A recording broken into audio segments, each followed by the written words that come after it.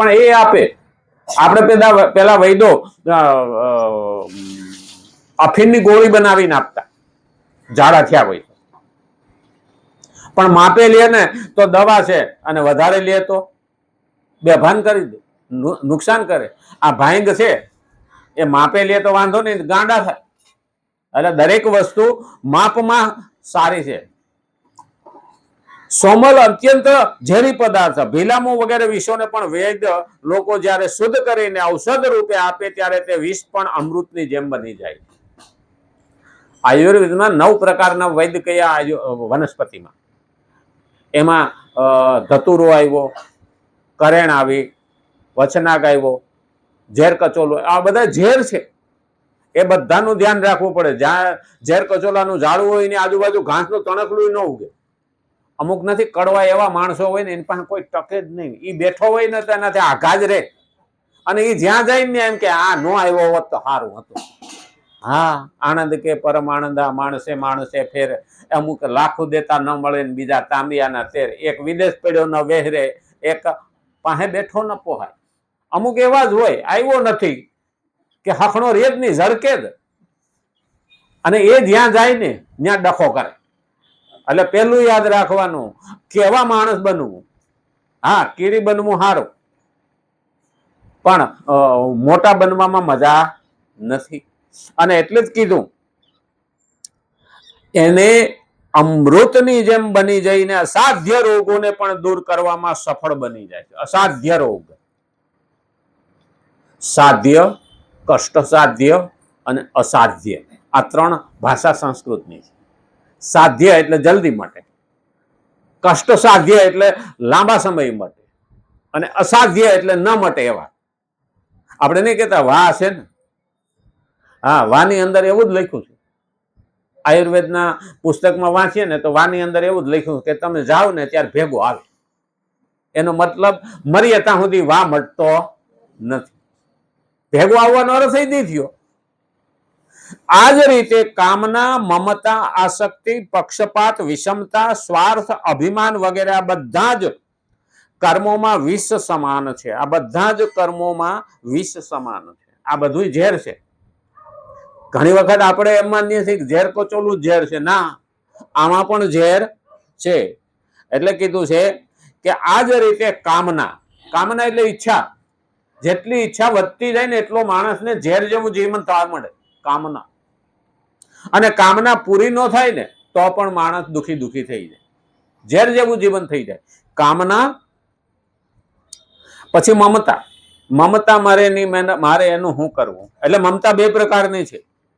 એક જે વસ્તુને વળગી રહેવું ને એને મમતા કહેવાય, અને એક માની મમતા. માની મમતા પવિત્ર છે, અને પેલી મમતા ઝેર છે.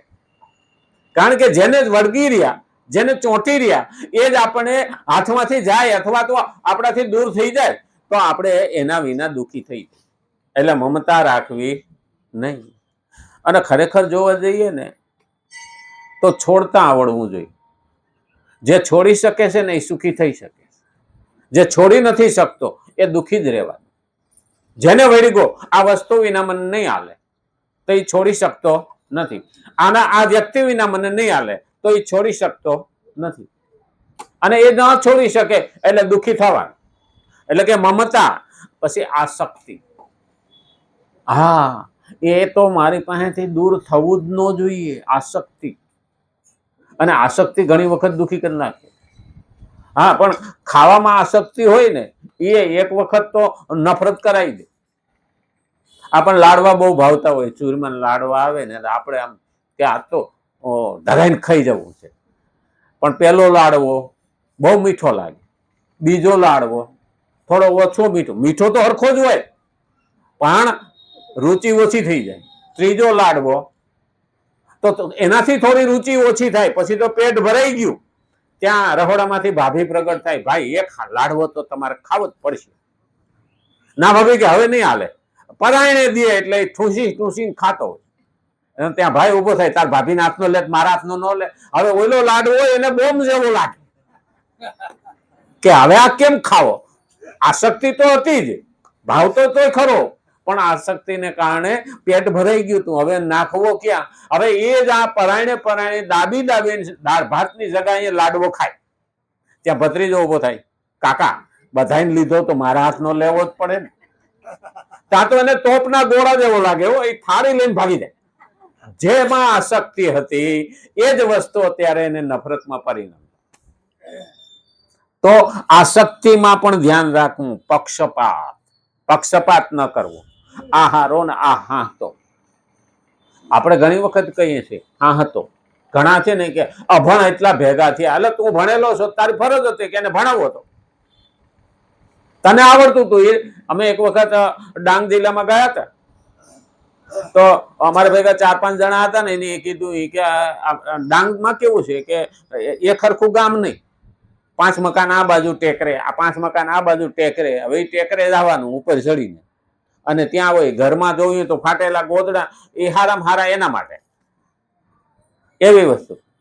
એટલે મને કીધું કે અહીંયા આ લોકો ખ્રિસ્તી ધર્મ વાળા પહોંચી ગયા, કારણ કે એ દરેકના ઘરમાં ખ્રિસ્તીનો ફોટો હતો, ઈસુનો ફોટો હતો.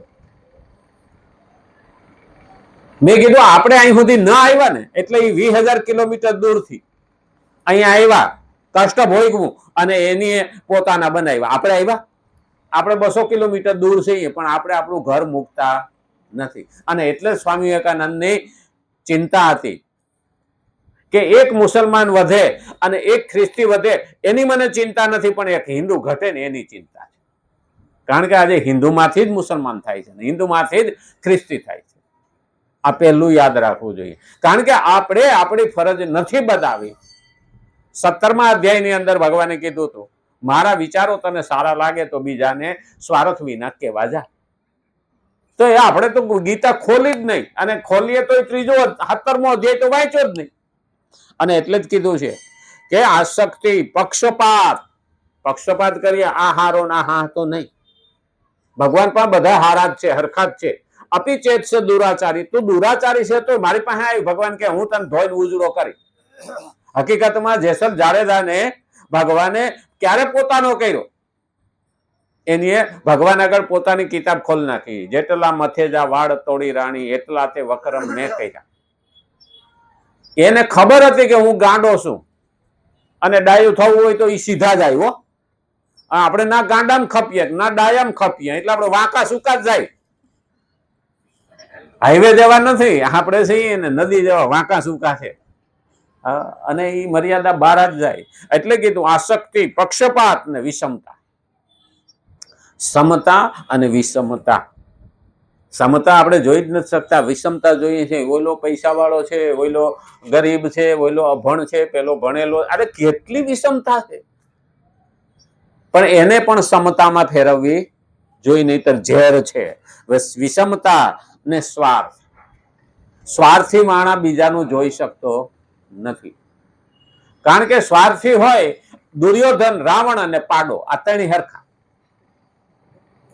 આમ જોવા જાવ તો દુર્યોધન એ કહેતો દુનિયાનું ગમે થાય, મારું સારું થવું જોઈએ. રાવણે એ જ કીધું દુનિયામાં જે વસ્તુ હોય મારી હોવી જોઈએ.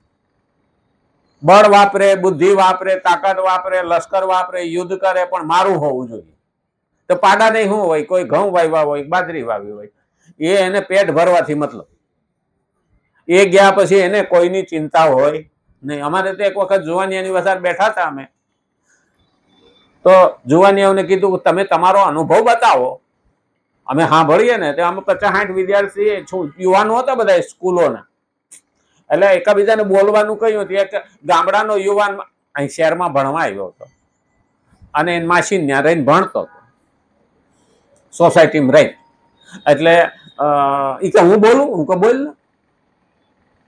એટલે એ ઊભો થયો. એ કે હું અમારા ગામડામાં રહું ને, તો અમારા સામે કે કોડ ઢોરા બાંધવાની કે ને કોઠો, એ કે કોડ, એની ભાષામાં એને કીધું કોડ. એમાં એક રોજ પાડો રહે. સવાર 10 વાગે કે એને બારો કાઢે, સાંજે 5 થાય ને એટલે પાડો આવી જાય પાછો. એ કોઈડમાં જતો રહીએ, દરવાજો બંધ કરી દે. એ બીજે દિવસે સવાર 10 વાગે નીકળે. એટલે પેલા બધા કે આ શું બધી ગામડાનું લાયા હોય છે. પછી એટલે મેં એને કીધું પછી, તો કે હું અહીં શહેરમાં રહું, અત્યારે અમારે સામે એક મોટા સાહેબ રે, બંગલાની સામે એક મોટા સાહેબ રે, પછી કે ઈ હવા 10 વાગે નીકળે હાથમાં સુટકેસ લઈ અને સાંજે 5 વાગે આવે અને પછી દરવાજો બંધ કરી દે. મને ઈ પાડામાં નામાં કાંઈ ફેર નથી. આપણે જિંદગીમાં આ જ કર્યું કે ડ્રિંક એન્ડ બી મેરી. હા, ખાવ પીઓ મજા કરો, એથી આગળ કઈ વઈ જા કઈ આપણે પહેલું જોવાનું. અને